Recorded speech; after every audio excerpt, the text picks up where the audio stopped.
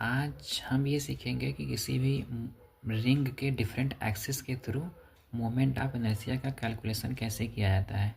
तो इसके लिए सबसे पहले आपको ये पता होना चाहिए कि जो रिंग होती है उस रिंग के सेंटर ऑफ मास से जो एक्सिस पास होती है उस रिंग के परपेंडिकुलर जो होता है उसका जो मोमेंट ऑफ इनर्शिया होती है उसकी वैल्यू होती है mr²।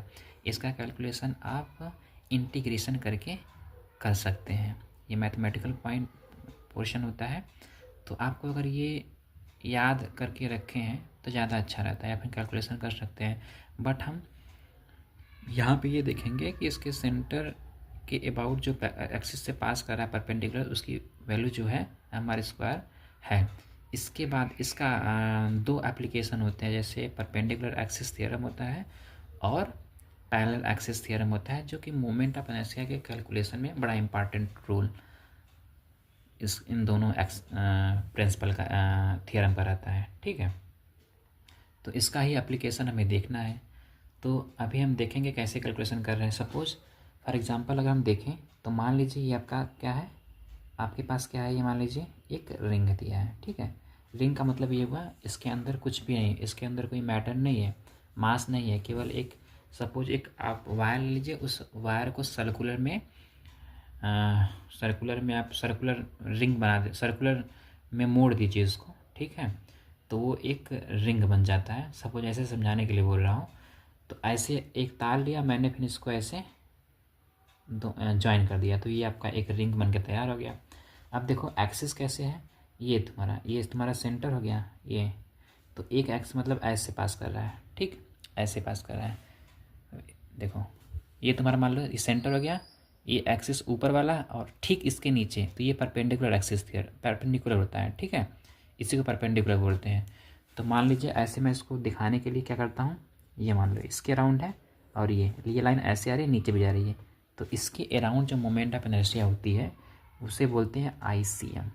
बात समझ में? ICM का मान जो होता है mr² होता है। ठीक, अब हमारे पास दो थियरम होते हैं, परपेंडिकुलर एक्सिस थियरम और पैरेलल एक्सिस थ्योरम। उसी दो थ्योरम का यूज़ करके हम इस रिंग के डिफरेंट एक्सिस के थ्रू मोमेंट ऑफ इनर्शिया का कैलकुलेशन करेंगे। चलो देखो, ये तो एक एक्सिस हो गया। अब हम अच्छे से सारे कॉन्सेप्ट समझ में आए, इसलिए हम दूसरा रिंग बना लेते हैं। मान लो आपके पास एक और ये रिंग है।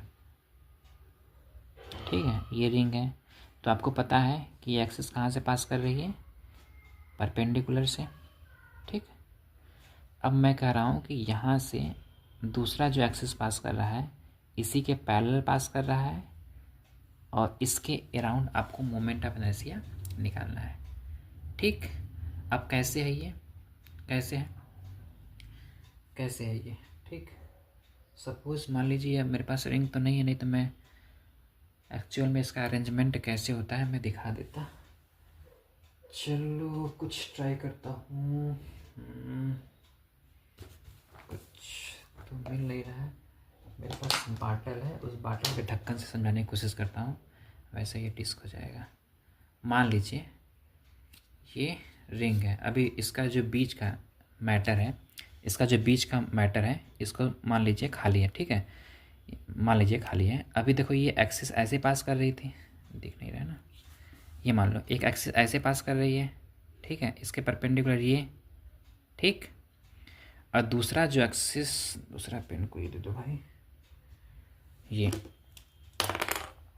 दूसरा पेन मान लीजिए ये तुम्हारा एक एक्सिस ये है और दूसरा एक्सिस तुम्हारा ऐसे है, दूसरा पेन ऐसे है।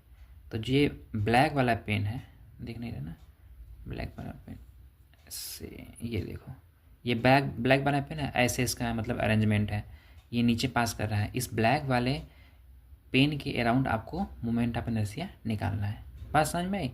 तो कहने का मतलब ये है कि ये तुम्हारा एक्सिस था, ये एक्सिस आपको दिख ही रहा है, ये एक्सिस। ठीक है, ये एक्सिस आपको दिख ही रहा है और इसके अराउंड आपको निकालना है। ठीक, तो देखो इसके अराउंड ये, इसकी वैल्यू क्या थी, इसकी वैल्यू थी mr² था। ठीक है, mr² था, और इसके अबाउट निकालना है तो ये I मान लेता हूँ, I बराबर क्या हो जाएगा, mr² प्लस यहाँ से यहाँ तक का जो डिस्टेंस है इसका रेडियस है, ठीक है। पैरेलल एक्सिस थ्योरम का यूज कर रहे हैं, md² होता है, तो m मास और इसका r का स्क्वायर करोगे तो 2mr²। ठीक, किसके अबाउट आ गया? इसके अबाउट आ गया। ठीक, चलो अब दूसरा देखो। मान लीजिए आपके पास क्या है, एक तो ये हो गया, ठीक। अब तीसरा टास्क अपना क्या है, इसके अबाउट आ गया ना। अब देखो ये जो एक्सिस है ये मान लो इसका सेंटर हो गया, ठीक है। इसके अबाउट मोमेंटम ऐसे आपको पता है, सेंटर ऑफ मास परपेंडिकुलर पास कर रहा है तो mr² होता है, ठीक। अब मेरा क्या है, दो एक्सिस पास कर रहा है, सेंटर से पास कर रहा है, ये भी सेंटर से पास कर रहा है, ठीक।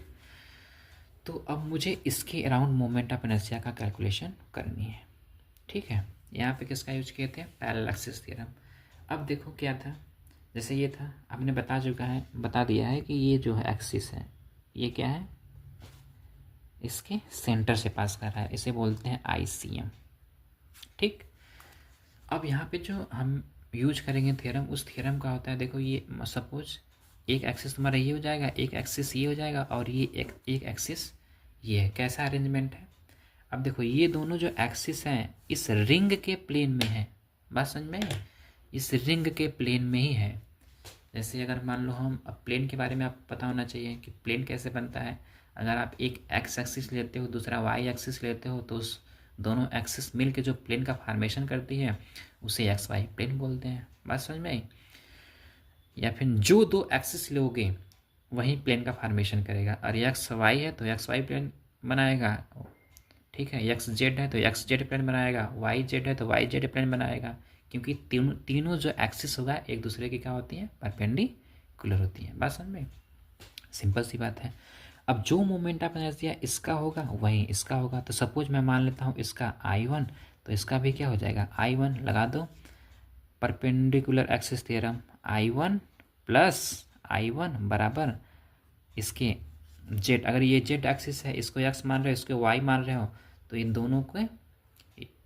दोनों के सम के बराबर ये हो जाएगा, ठीक है। तो यहाँ पे बोलते हैं ना आई जेड बराबर आई एक्स प्लस आई वाई, उसी का एप्लीकेशन है, ठीक है। तो यहाँ पे 2i, उसी का हम एप्लीकेशन बताना है, वैसे का हम क्या कर रहे हैं, एप्लीकेशन करवा रहे हैं। और ये आई की जो ICM हो जाएगा, और इसकी जो वैल्यू होती है mr² होता है, तो यहाँ से क्या हो जाएगा mr², तो I1 की वैल्यू क्या हो जाएगी mr²/2। तो किसकी वैल्यू आ गई है, I1 की। अब जो याद रखना ये कहाँ से पास कर रहा है, ये सारे परपेंडिकुलर एक्सिस हैं, ये जो एक्सिस है वो प्लेन में है, बस समझ में आई? सब जो इसमें मोमेंट ऑफ इनर्शिया का जो कैलकुलेशन होता है सारे लैंग्वेज का खेल है। अभी ये परपेंडिकुलर से पास कर रहा है और टेंजेंट में पास कर रहा है, ये भी क्या है, ये उसी प्लेन में पास कर रहा है, ये क्या है, उसके परपेंडिकुलर है। अब तीसरा क्वेश्चन देखो क्या बनेगा, सपोज ये आपका क्या है, एक रिंग हो गया, ठीक है। अब ये जो एक्सिस पास कर रही है, ये एक्सिस जो पास कर रही है वो सेंटर ऑफ मास से ही पास कर रही है, बट सेंटर ऑफ मास से ही पास कर रही है, लेकिन वह इस रिंग के प्लेन में पास कर रहा है। सेंटर ऑफ मास से पास कर रहा है, परपेंडिकुलर नहीं। देखो ये परपेंडिकुलर बनाने का तरीका देखो, ये क्या है, दोनों डायमीटर मतलब पेरीफेरी काट रहा है, यानी उसी प्लेन में जा रहा है। ये देखो परपेंडिकुलर जा रहा है, ये भी क्या है, परपेंडिकुलर है। ये क्या है, प्लेन। मतलब आप देख पा रहे हो जो पिछला क्वेश्चन था, ये देखो ये प्लेन में, ये प्लेन में, यानी इसकी वैल्यू क्या हो जाएगी mr²/2। अब मेरा टास्क क्या है कि बताओ, जब दोनों, अब ये भी क्या है, ये भी क्या है, ये एक्सिस प्लेन में था, और ये भी जो इसका टेंजेंट जा रहा है, ये टेंजेंट, ये भी क्या है, इसी प्लेन में है, मैं समझ में आई? तो इसको लैंग्वेज में क्या लिखा जाएगा बताओ, लैंग्वेज में ये लिखा जाएगा कि about an axis tangent to the ring and lies in the plane of ring, lies in the plane of ring. ये जो एक्सिस है वो लाई कर रहा है in the plane of ring, ring के प्लेन में और टेंजेंट में पास कर रहा है, तो इसका जो मोमेंट ऑफ इनर्शिया हो जाएगा उसको मैं मान लेता हूँ I2, जो I2 की वैल्यू हो जाएगी। और यहाँ सेंटर से लेके इसके पेरीफेरी तक का जो डिस्टेंस है वो R है, क्यों, रेडियस से तो होगा। लगा तो कौन सा थ्योरम लगाओगे, पैरेलल एक्सिस थ्योरम लगा सकते हो, वेरी गुड। तो इसके अबाउट क्या है, इसका जो मोमेंट ऑफ इनर्शिया क्या है, एम आर स्क्वायर बाई 2 है, प्लस एम डी स्क्वायर करोगे तो इसका मास क्या है एम, और इसका परपेंडिकुलर डिस्टेंस क्या है आर, इसका स्क्वायर कर दो, बराबर बराबर क्या हो जाएगा, बराबर हो जाएगा 3/2 एम आर स्क्वायर। तो आप देख पा रहे हैं कितने क्वेश्चन थे। आपका सेंटर, आप सेंटर से जो पास करा परपेंडिकुलर, ये तो मान लो आपका है, इसको याद कर लोगे, याद रहेगा तो फिर इसका कैलकुलेशन कैसे करते हैं हम निकाल चुके हैं, ठीक है। और इसको कैसे निकालते हैं ये भी निकाल चुके हैं, और ये टेंजेंट वाला निकाल चुके हैं। तो आप देख पा रहे हैं 4 क्वेश्चंस हैं इसमें, और इसको आसानी से आप जो है कैलकुलेशन कर सकते हो, ठीक है। बड़ा कॉन्सेप्चुअल है, 2 थ्योरम का अच्छे से यूज करना आना चाहिए, बाकी सब कुछ हो जाएगा, कोई दिक्कत वाली बात नहीं है, ठीक है।